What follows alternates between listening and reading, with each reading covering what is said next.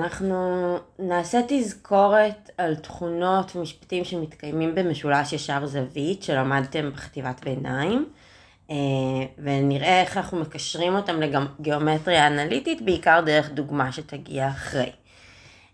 אז אם אנחנו מתחילים בהגדרה של משולש ישר זווית, אנחנו יודעים שיש לנו שני ניצבים, אלה הצלעות שנוגעות ב-90 מעלות, שמאונחות אחת לשנייה, והצלע השלישית זו שמול ה-90 מעלות נקראת יתר.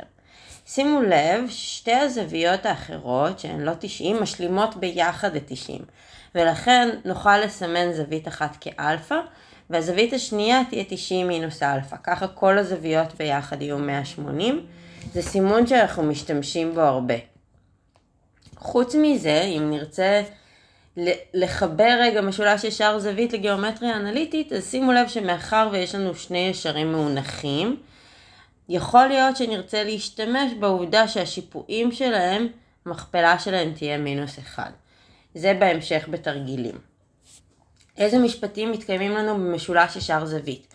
אז קודם כל משפט פיתגורס המוכר, אנחנו יודעים שניצב בריבוע ועוד ניצב בריבוע יהיו שווים ליתר בריבוע.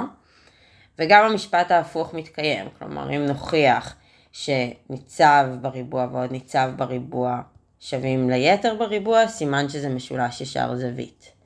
זה לא משנה מי זה A ו-B כרגע, C תמיד יהיה היתר.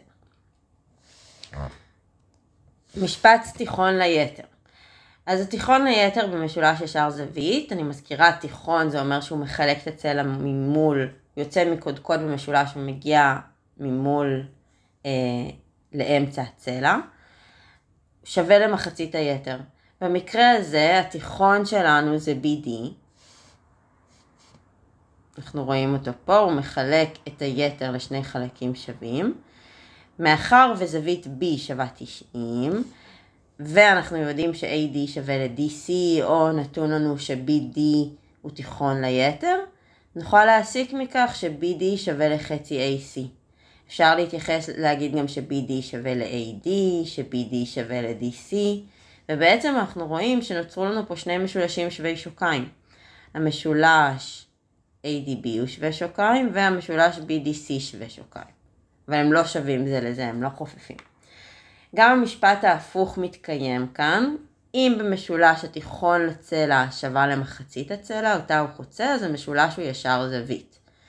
מה זה אומר? אם נגיד נתון לנו ש-AD שווה ל-DC, או ש-BD הוא תיכון לצלע, וגם נתון לנו ש-BD שווה לחצי מ-AC, נוכל להסיק מכך שהמשולש הוא ישר זווית. המשפט האחרון שלנו הוא לגבי משולש זהב. משולש שהזוויות שלו הם 30, 60, 90. אז קודם כל המשפט הראשון אומר, אם במשולש ישר זווית, אחת הזוויות היא בת 30, אז הניצב שמול הזווית, זה הניצב שמול הזווית. אנחנו מסתכלים ממול, אז AC יהיה שווה למחצית היתר.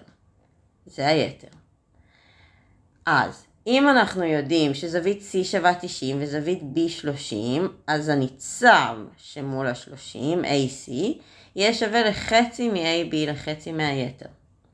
המשפט ההפוך אומר, אם במשולש ישר זווית אחד הניצבים שווה למחצית היתר, אז הזווית שמול ניצב זה היא בת 30. אם נתון לנו שזווית C היא 90, וגם נתון לנו ש-AC הוא חצי מ-AB, למשל יהיה נתון לנו ש-AC זה 3 ו-AB זה 6, או אולי נחשב מרחקים בין נקודות פה, אז הזווית B תהיה שווה 30. בואו נפתור דוגמה.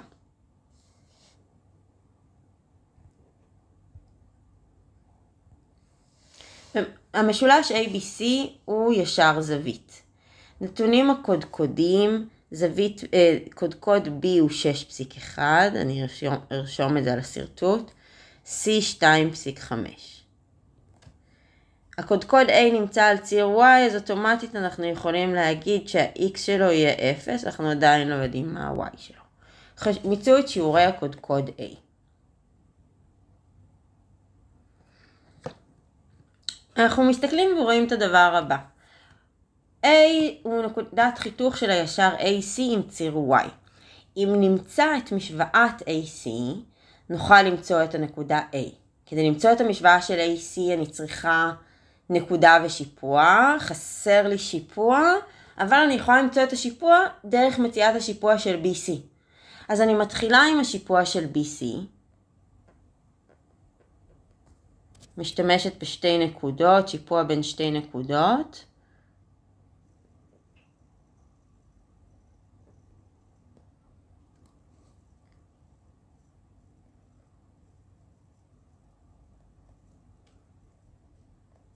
הגעתי לזה שהשיפוע של BC הוא -1. השיפוע של AC, המכפלה שלהם צריכה להיות -1. M של AC כפול M של BC צריכים להיות -1 כי הישרים מאונחים. אז אני מציבה את M של BC.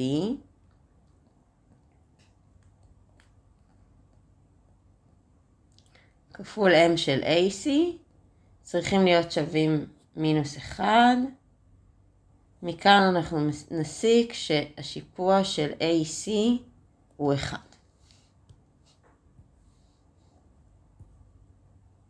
זה יהיה בהמשך.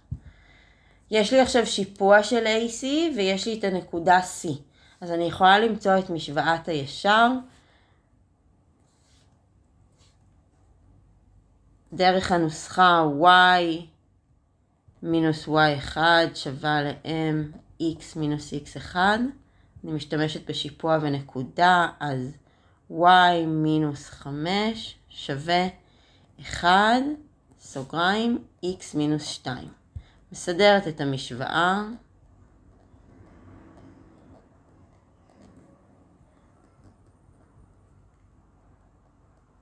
וקיבלתי את משוואת הישר AC.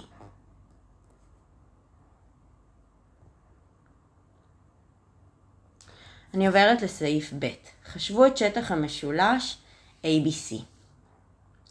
כדי לחשב שטח משולש למדנו שאפשר להשתמש בצלע כפול הגובה לצלע לחלק ל2, או במקרה של משולש ישר זווית במכפלת הניצבים לחלק ל2. כדי למצוא אורך של כל ניצב, מה שאנחנו נרצה לעשות זה להשתמש בנוסחה של אורך קטע. רגע, אני רואה ששכחתי למצוא את שיעורי הקודקוד A, לא ביקשו ממני רק משוואת ישר, אלא למצוא את הקודקוד A, אז אני חוזרת רגע לסעיף א'. מצאתי את משוואת הישר, אני יודעת שהנקודה A, ה-X שלה הוא 0, ולכן אני אציב במקום X 0, ואני מקבלת ש-Y הוא 3, ולכן הנקודה A תהיה 0.3, אני רושמת את זה גם פה, וגם בסרטוט. עכשיו אני עוברת לחישוב שטח המשולש. אז אני מתחילה בלחשב את אורך הקטע AC. אני אשתמש בנוסחת מרחק בין נקודות. הפרש בין ה-X'ים בריבוע ועוד ההפרש בין ה-Y'ים בריבוע. מחשבת או מחשבון.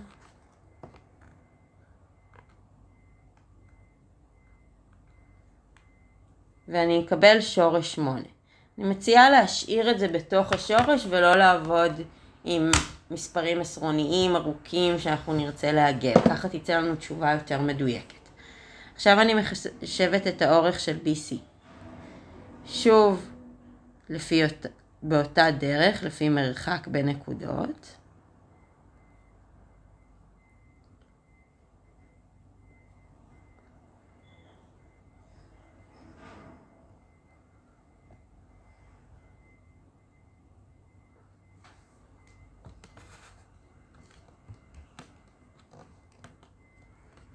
אני מקבלת שורש 32.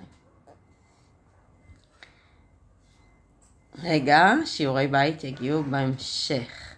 נוריד אותם למטה. אוקיי.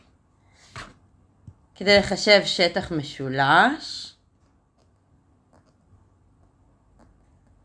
אני ארצה לעשות שורש 8 כפול שורש 32 לחלק ל2.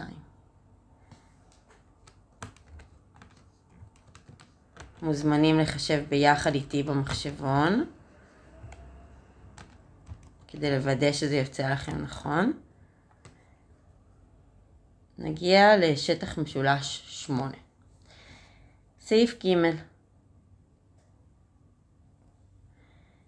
הנקודה D נמצאת באמצע היתר AB. אנחנו רואים שזה לא מופיע ולכן אנחנו נוסיף את הנקודה D בסרטוט. אפשר פשוט להוסיף אותה ככה, ואפשר גם ממש למתוח תיכון, כי סביר להניח שאם היא אמצע אנחנו נרצה להשתמש בתיכון. הראו כי CD שווה ל-DB. עכשיו, אם היא נמצאת באמצע, אנחנו מכירים כבר את המשפט, ושימו לב, כתוב לנו גם תוכלו לפתור גם בלי למצוא את שיעורי הנקודה D. היינו יכולים למצוא את הנקודה D עכשיו לפי אמצע קטע AB, ולמצוא את המרחקים בין נקודה C לנקודה D, A ל-D, D ל-B, זה נורא ארוך. אין בזה צורך, יש לנו משפט שמספיק לנו. אנחנו נגיד ככה, CD שווה ל-DB, כיוון שהתיכון ליתר במשולש ישר זווית שווה למחצית היתר. סעיף ד'. הסבירו מדוע שטח המשולש ACD שווה לשטח המשולש BCD. פה נכנס לנו משפט שלמדנו בשיעור הקודם וגם בחטיבת ביניים. אנחנו יודעים שתיכון במשולש מחלק את המשולש לשני משולשים שווי שטח. ולכן מספיק ממש לרשום את המשפט פה.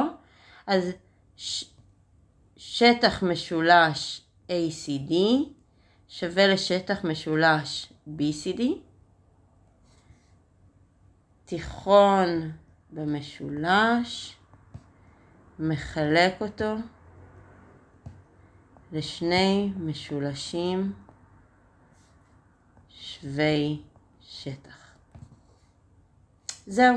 עכשיו אפשר להעלות בחזרה את התרגול ושיעורי הבית, ואתם מוזמנים לפתוח את הספר חלק א' ולהתחיל לעבוד. בהצלחה.